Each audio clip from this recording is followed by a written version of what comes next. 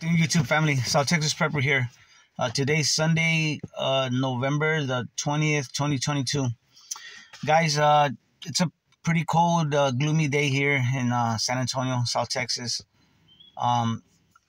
Just wanted to, talk to y'all for a little bit, catch up on some things that have been going on. So I went, usually once or twice a month, I like to do what I call prep runs. I'm sure y'all know this already.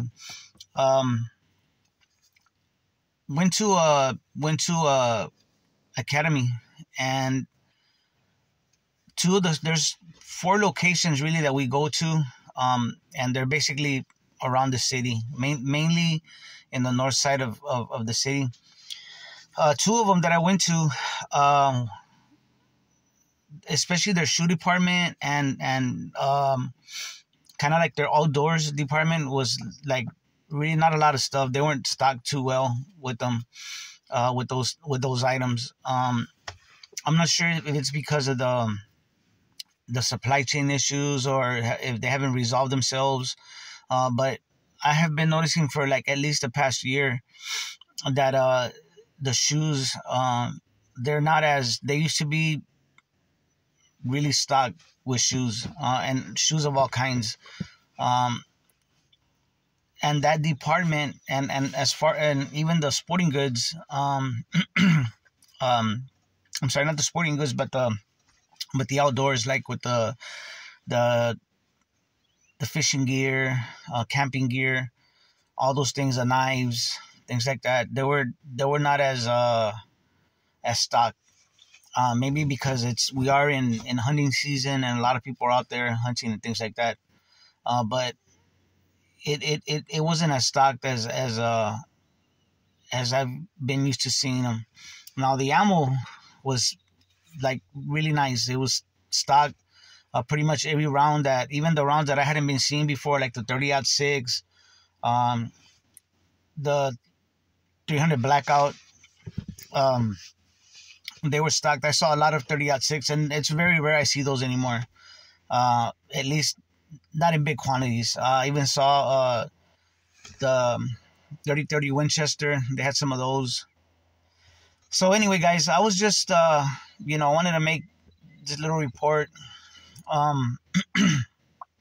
The grocery stores are, I guess they're pretty stocked, but the prices, of course, y'all know, the prices have gone up really high, especially with the meat, chicken, beef, even the pork, like pork chops, stuff like that. They've all gone up.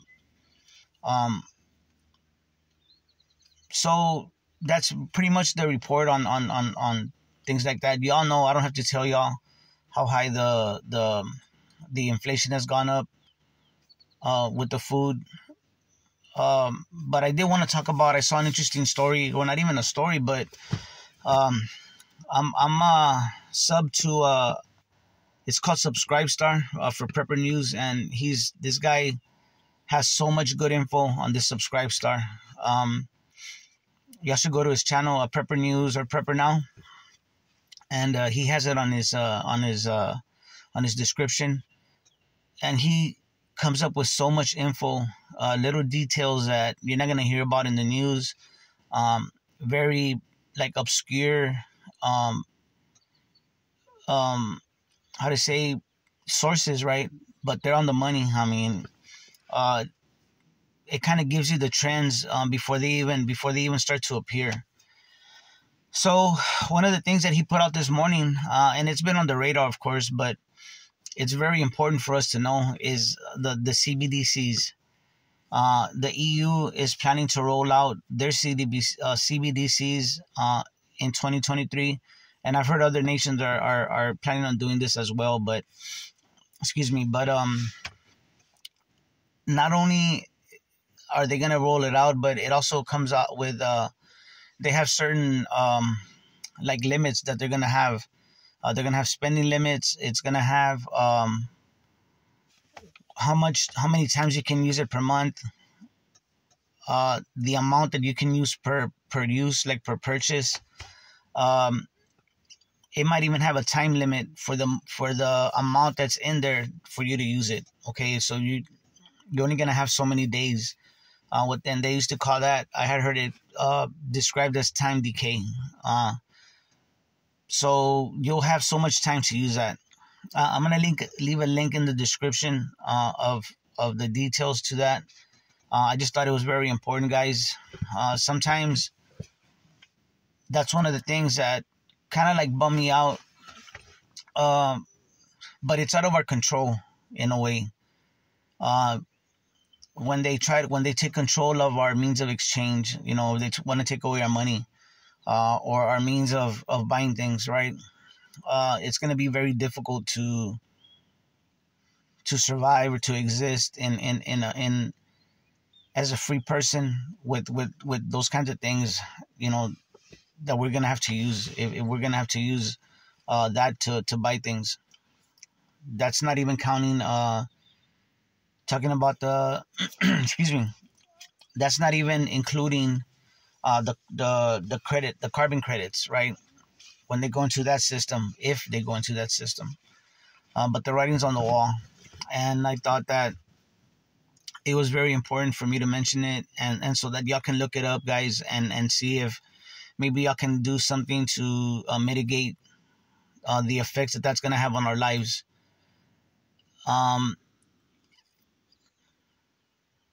I saw also a video today, Oregon Preparedness, Oleg.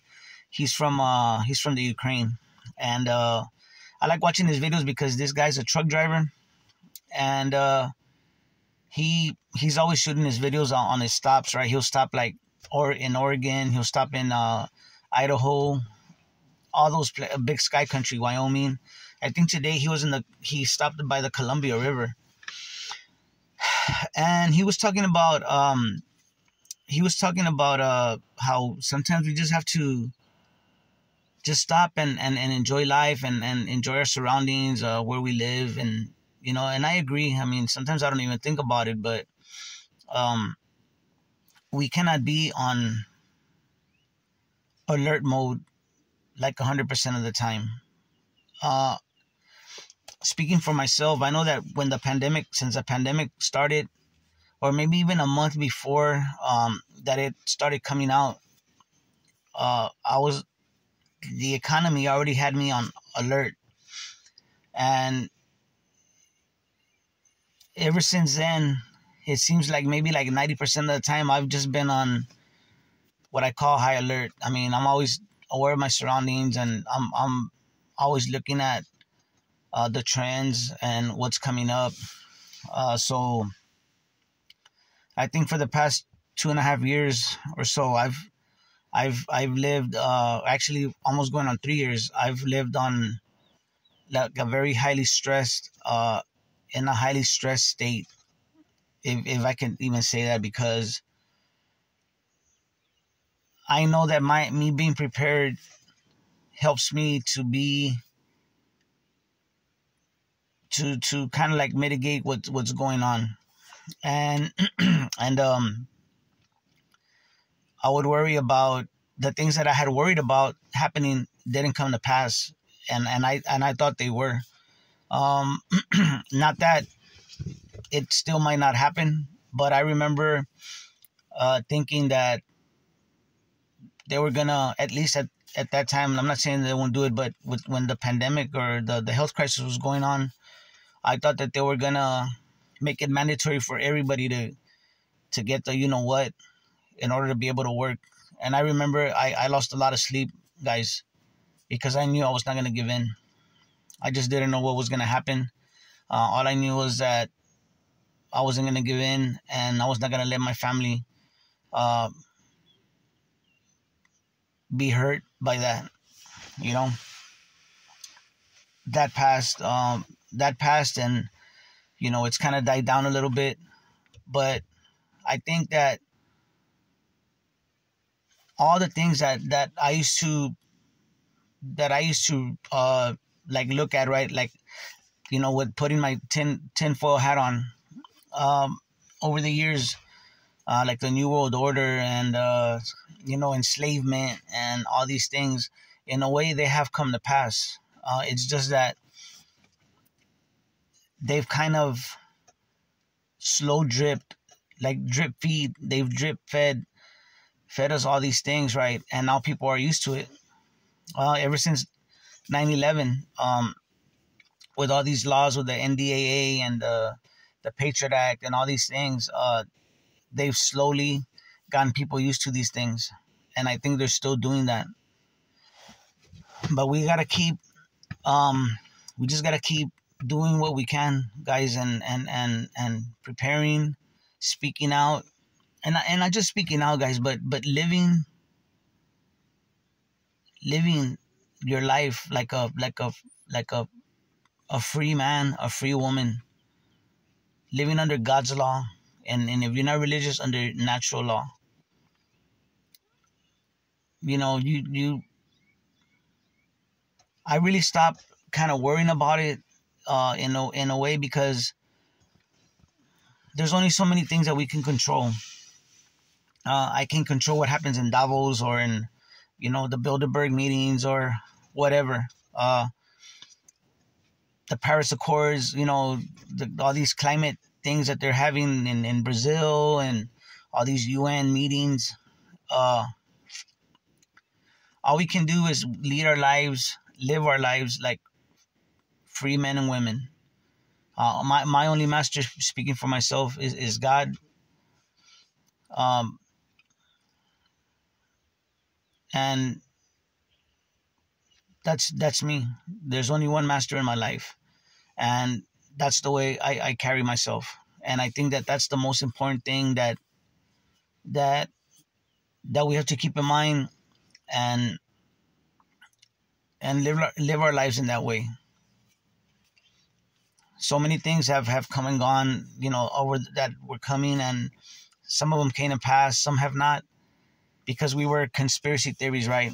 Conspiracy theorists, but that helped us to be aware, and just, we sometimes you don't even know, but because you're aware and because you were awake, a lot of things that would have affected you, they didn't, because you were awake. And sometimes I know a lot of people think, well, like, nothing's happened, or my life's still the same, or it hasn't gone the way I thought it was, in a bad way. But maybe it didn't, because you were awake and you were able to prepare, and because you had that kind of awareness. Those are the things that you manifested in your life. You know what I'm saying? Anyway, guys, I know it sounds kind of rambling, but one of the things that I do on the weekends, I was thinking of organ preparedness. One of the things that I do every Friday is I like to come home, and me and my son, I have my family members all around me. We'll make fires, and we'll make a bonfire in the back. Not a big one, but like to make a fire, and we just hang out and just unwind and just relax, and just go over the week, just go over what's been going on. We talk about it, we let off some steam, and this place is our refuge, to get away from it all. And I was thinking of watching that video from organ preparedness today again. That's what my home is to me. I like to come out here and really looking at my house right now, my yard, my property, it almost looks like a little park. And I think we all need somewhere to unwind, and my refuge is my home. And I think, of course, our home should be that, right? But we all got to keep each other in our prayers, try to help out our fellow man as much as we can. Because you know what, guys, when you do something good for somebody, I mean, speaking for me, but it feels good. And not that I expect anything in return, but or like, on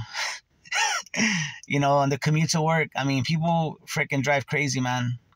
And it's just people cutting in front of you or cutting you off or whatever. But I also see drivers that act right. They'll let you in, there's there's like a pattern when you're driving to work, right? Rush hour traffic or whatever, but not everybody behaves like that. And I know that I'm a very courteous driver. I'm I'm a defensive driver, right? Sometimes you can't go slow. You gotta go fast. You can't be hugging the road or whatever. You know what I mean? I just try to be very positive, and I'll try to let people in, and it feels good, guys. It feels good. That's what we need. We need to do things for others, when we can, because it's not in a selfish way. Not because you're expecting something in return. It just feels good, just for the sake of doing something good for somebody. Okay, and we know that, of course, that there's people there out there to take advantage of good people. We know that. I know that. People like that, people like that, you check them. You check them hard. I don't play around either, But I'm not a mean person. I'm a good person. I try to help when I can. I try to be charitable. So it's just, I guess my point is just try to live a positive life. Try to live and be an example to others. You know what I mean? So anyway, guys, I hope y'all have a great day. Hope y'all are warm wherever y'all are at. For our people, our fellow countrymen up there in the Northeast. I'm not sure if it's still snowing out there, but let's keep them in our prayers. We have a lot of preppers out there. A lot of preppers up there in that part of the country. So, let's keep each other in our prayers and help when you can. And anyway, guys, I hope you have a great day. God bless all of y'all and your families. And let's just keep doing what we're doing, guys. I just wanted to be here and talk with y'all. I know there's a lot of stuff I didn't talk about, so much going on, but we're just prepping. We're just little by little, slowly. We just get a little bit at a time. Everything's gone up. Water, see the electricity, the food, and we just deal with it. It's very obvious that our money doesn't go as far, but we just adjust. So anyway, guys, y'all take care of each other and love each other out there, because that's what we're here for. God bless.